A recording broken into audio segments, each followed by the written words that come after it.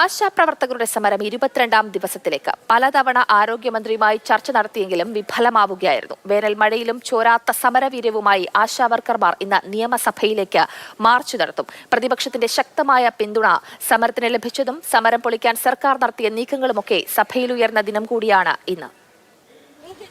കനത്ത വേനൽ മഴയെയും അവഗണിച്ച് ആശാപ്രവർത്തകർ സമരം 22ാം ദിവസവും തുടരുകയാണ്.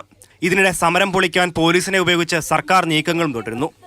മഴയിൽ നിന്ന് രക്ഷ നേടാൻ ടാർപോളിൻ ഷീറ്റ് കെട്ടിയാണ് രാപ്പകൽ സമരം സെക്രട്ടേറിയറ്റ് നടക്കൽ തുടരുന്നത്. 2 തവണയാണ് ടാർപോളിൻ ഷീറ്റ് പോലീസ് കൊണ്ടുപോയത്. ഹൈക്കോടതി ഉത്തരവിന്റെ ലംഘനമെന്ന് കാട്ടിയായിരുന്നു പോലീസ് നടപടി. എന്നാൽ വൈകിട്ടോടെ വീണ്ടും മഴ കനത്തു. ടാർപോളിൻ ഷെഡ് വീണ്ടും ഉയർന്നു.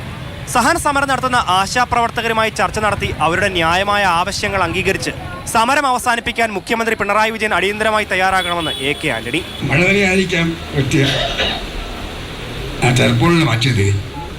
ക്രൂരമായ നടപടിയാണ്. മുഖ്യമന്ത്രി പ്രതിഭാഷി കാണിക്കരുതും ബഹുമാനം കാണിക്കരുതും. ഇവിടെ സമരം ചെയ്യാനുള്ള അധികാരം മുഴുവൻ കുത്തക പോരാട്ടത്തിന് CHOക്കാർക്ക് മാത്രം എന്ന നിലയിൽ കേരളം മാറരുത്. ഈ സമരം ഒത്തുതീർപ്പാക്കണം. ഓണറേറിയം വർധനവും വിരമിക്കൽ ആനുകൂല്യവും ആവശ്യപ്പെട്ട് ആശാ വർക്കർമാർ ഇന്ന് നടത്തുന്ന നിയമസഭാ മാർച്ച് നിർണായകമാകും. നമുക്ക് പിടിവാശിയില്ല. നമുക്ക് സർക്കാർ ഇത് പരിഗണനയ്ക്കെടുക്കണം. നമ്മളോട് ചർച്ച ചെയ്ത് നമുക്ക് എന്ത് അവർക്ക് തരാൻ പറ്റുമെന്നുള്ളത് നമ്മൾ പറയണം. നമ്മളെന്തെങ്കിലും ഒരു സർക്കാരിനെ മറിച്ചിടാനോ അല്ലെ സർക്കാരിനെതിരായ ഒരു വികാരം സൃഷ്ടിക്കാനോ ഒന്നുമല്ല.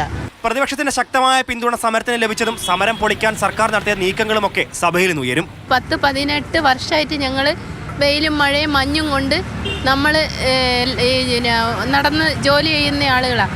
അപ്പം ഞങ്ങൾക്ക് മഴയായാലും മഞ്ഞായാലും വെയിലായാലും ഒന്നും ഒരു ഇതുമില്ല. ഓണറേറിയത്തിൽ മാന്യമായ വർധന നടത്തി സമരക്കാരെ അനുനയിപ്പിക്കാൻ സർക്കാർ ശ്രമിക്കുമോ എന്നും വ്യക്തമാകും. മാതൃഭൂമി ന്യൂസ്, തിരുവനന്തപുരം.